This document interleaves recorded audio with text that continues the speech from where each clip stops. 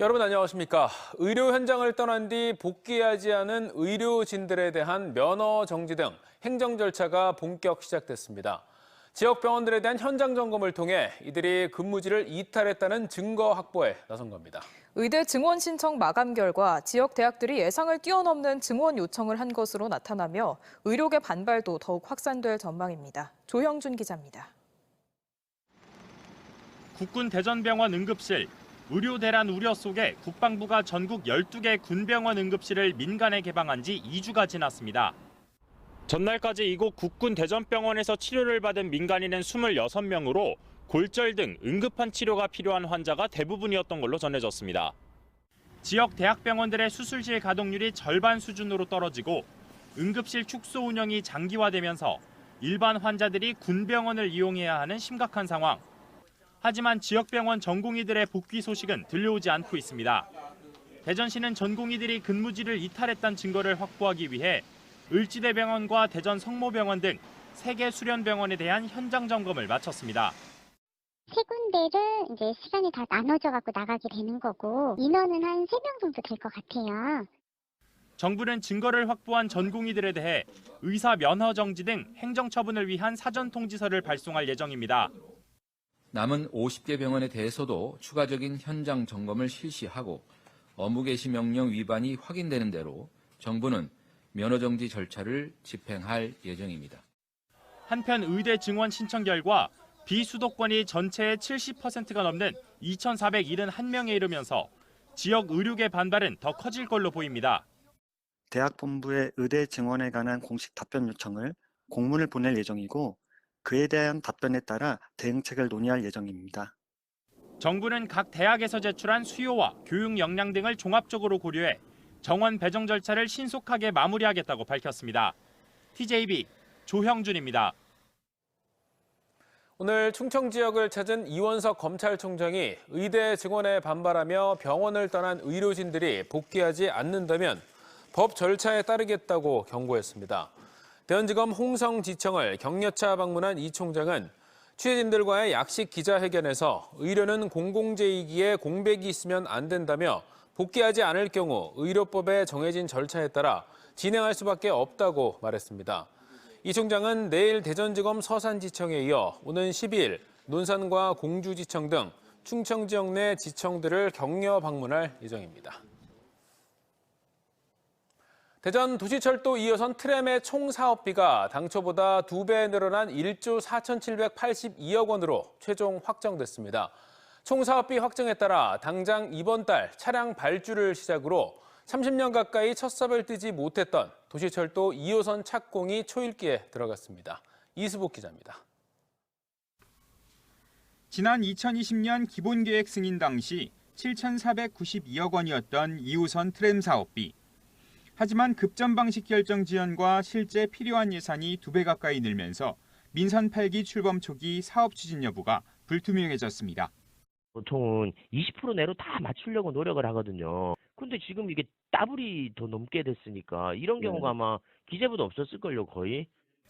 예산 문제로 우려가 컸던 대전도시철도 2호선 총사업비가 KDI 사업계획 적정성 재검토 결과 1조 4,782억 원으로 최종 확정됐습니다. 기존보다 7,290억 원 늘어난 규모로 총 사업비의 60%는 국비로, 40%는 시비로 추진됩니다. 대전역 경유와 연축지구 연장을 비롯해 정거장 10곳 추가, 태미고개 지하화 등 대전시유 청안이 대부분 수용됐습니다. 이에 따라 대전도시철도 2호선 트램은 총 길이 38.8km, 정거장 45곳을 갖춘 수소트램 무가선 순환 노선으로 추진됩니다. 올해는 대전도시철도 2호선 건설 원년의 해가 되도록 계획된 차량 및 공사 발주를 차질 없이 진행하여 2028년 정상적으로 개통하겠습니다. 시는 당장 이번 달 2,950억 규모의 트램 차량 발주를 시작으로 6월에는 토목건축 분야 공사를 발주해 오는 9월쯤 착공에 들어간다는 계획입니다. 2호선 기본계획이 최초 승인된 1996년 2월 이후 28년 7개월여 만에 첫 삽을 뛰게 되는 겁니다. 대전시는 트램 건설 과정에서의 차량 혼잡 우려에 대해선 교통대책을 수립해 시민 불편을 최소화하고 가능한 공사를 빨리 마무리하겠다는 입장입니다. 한편 이장우 시장은 자신의 1호 공약이었던 3, 4, 5호선 도입에 대해선 도시철도망 계획 수립 능력이 마무리 단계에 있다며 2호선 완공 뒤 추진될 수 있게 행정 절차를 동시에 진행하겠다고 밝혔습니다. TJB 이수복입니다. 총선을 앞두고 출마자들의 목소리에 앞서 선거의 주인공인 유권자들의 목소리를 들어보는 기획보도 2024 총선 택시. 오늘은 충남의 수부도시인 천안을 다녀왔습니다. 중앙 정치권에서 시끄러운 정쟁 소식들이 연일 들려오는 요즘 지역 유권자들이 가장 중요하게 여기는 건 무엇인지 또 어떤 기준으로 소중한 한 표를 행사할 것인지 들어봤습니다.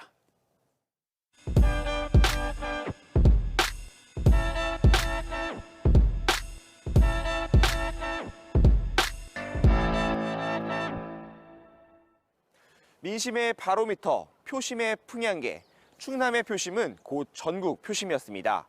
그렇기 때문에 이번 총선에서도 충남 도민들의 민심의 향방에 관심이 쏠릴 수밖에 없는데요. 총선 택시, 오늘은 충남의 정치 1번지이자 수부도시 천안시를 달려보겠습니다.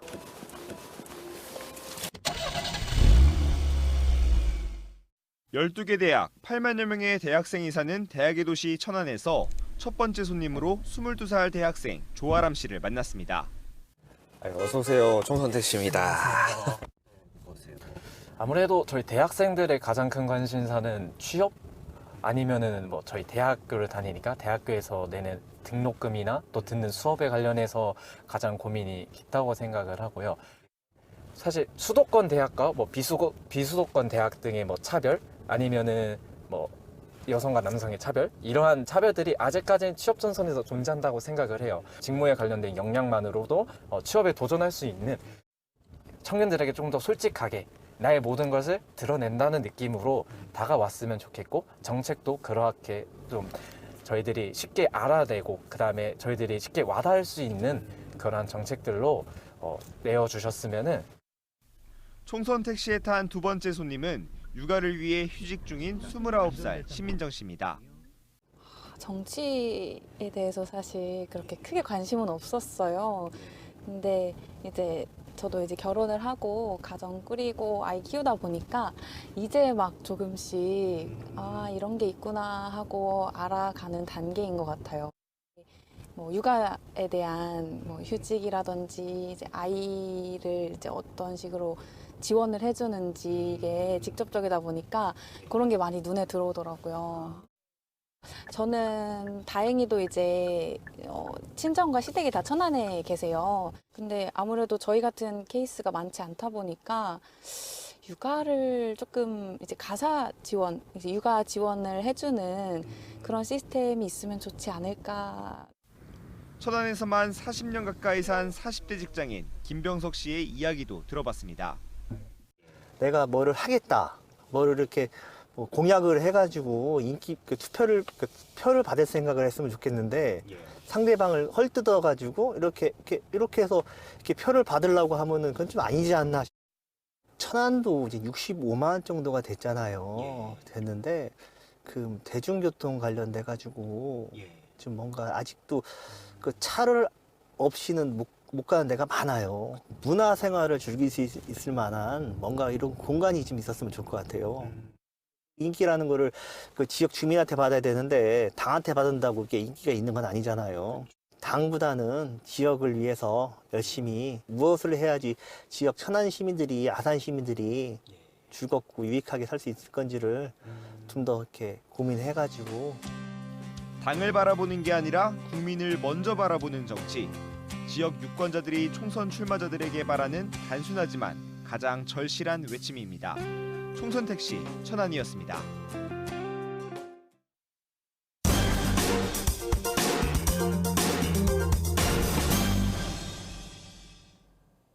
제22대 총선을 한 달여 앞두고 이루어진 국회 늑장 선거구 획정 결정으로 천안 일부 유권자들의 혼란이 가중되고 있습니다. 천안을 선거구는 인구 상한선 27만 3,200명을 넘겨 불당 1, 2동이 천안병으로 병합됐고 이에 따른 연쇄 이동 조치로 천안병이었던 청룡동은 다시 천안갑으로 선거구가 조정됐습니다. 현재 불당 1, 2동의 유권자는 5만여 명, 청룡동은 4만여 명에 달해 유권자들이 새로운 선거구인 천안병과 천안갑의 후보자들을 제대로 모른 채 투표를 해야 하는 상황입니다. 충남도와 현대차그룹이 서산 천수만 비지구에 미래항공 모빌리티 산업을 키우기 위해 손을 맞잡았습니다. 김태흠 충남지사는 현대자동차그룹 김동욱 부사장과 그린에너지 기반 첨단 항공 모빌리티 신산업 육성을 위한 업무 협약을 맺고 서산시와 태안군 일대를 도심형 미래항공 등 신사업 시설 부지로 활용하는 데 상호 협력하기로 했습니다. 충남도는 이번 협약이 역점 추진 중인 미래항공기체 핵심 부품 시험평가센터 구축 등 연관 산업 클러스터 조성에 큰 도움을 줄 것으로 기대하고 있습니다. 국내 반도체와 전기차 배터리 등에 사용되는 핵심 광물의 수입 의존도가 99%에 달하고 있습니다. 특히 중국 의존도가 높은 상황에서 핵심 광물을 안정적으로 확보하기 위한 공급망 관리가 국가별로 중요한 문제로 떠오르고 있는데요.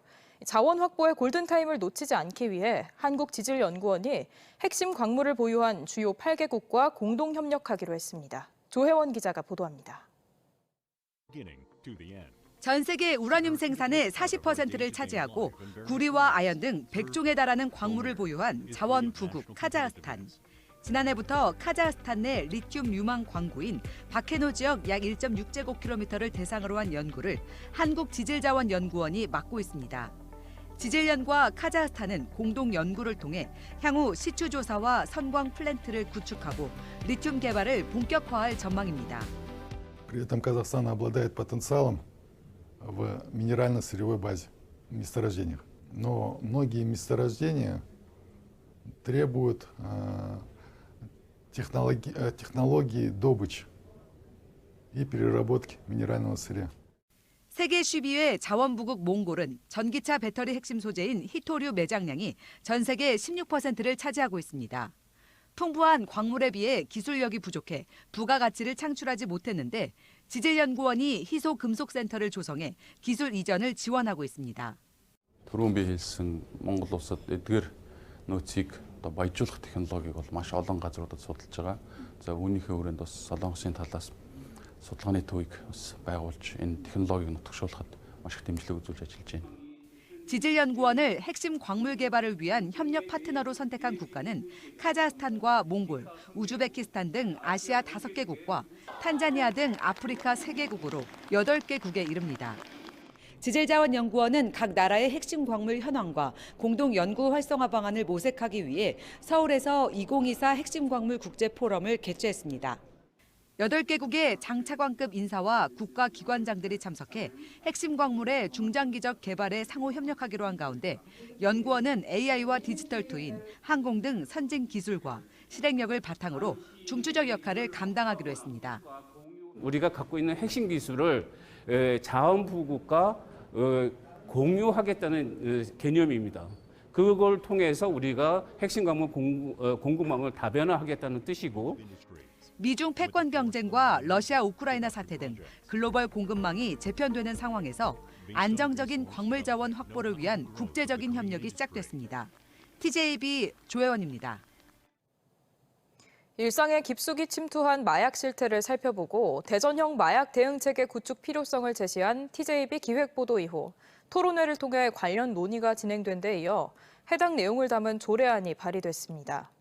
대전시의회 복지환경위원회 민경배 의원이 대표 발의한 마약류 중독 치료 지원에 관한 조례안에는 협력체계 구축에 대한 내용뿐만 아니라 마약류 중독자에 대한 치료 보호와 재활에 대한 시장의 책무 등이 담겼습니다.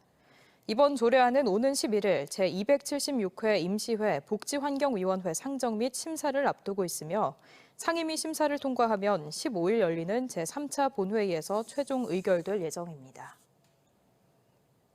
2027년 대전과 세종, 충남 등에서 열리는 충청권 하계 세계대학 경기대회 공식 기간이 8월 1일부터 12일까지로 확정됐습니다. 충청권 하계 유대회 조직위원회는 최근 스위스 로잔에서 열리는 국제대학스포츠연맹 회의에서 이같이 대회 일정을 결정하고 조정과 비치발리볼, 골프 등 3개 선택 종목을 포함한 총 18개 종목의 경기를 치르기로 했습니다. 항공우편으로 마약을 밀수입한 20대 베트남인이 항소심에서도 중형을 선고받았습니다. 대전고법 형사 3부는 독일에 거주하는 지인과 공모해 지난해 5월과 6월 두 차례에 걸쳐 엑스터시 11,400여 정과 케타민 420g을 견과류 등과 섞어 국제소포 우편물을 통해 밀수입한 혐의로 기소된 베트남 국적 22살 A씨에게 원심과 같은 징역 8년을 선고했습니다. 재판부는 외국인으로서 체류 기간을 넘겨 국내에 불법 체류한 점과 수입한 마약의 양이 상당한 점 등을 고려할 때 원심 판단이 합리적이라고 봤습니다. 대전의 대표 캐릭터인 꿈돌이 등 대전 꿈씨 가족을 대전시 홍보대사로 위촉하고 도시 홍보에 활용하는 도시 마케팅 사업이 본격화됩니다.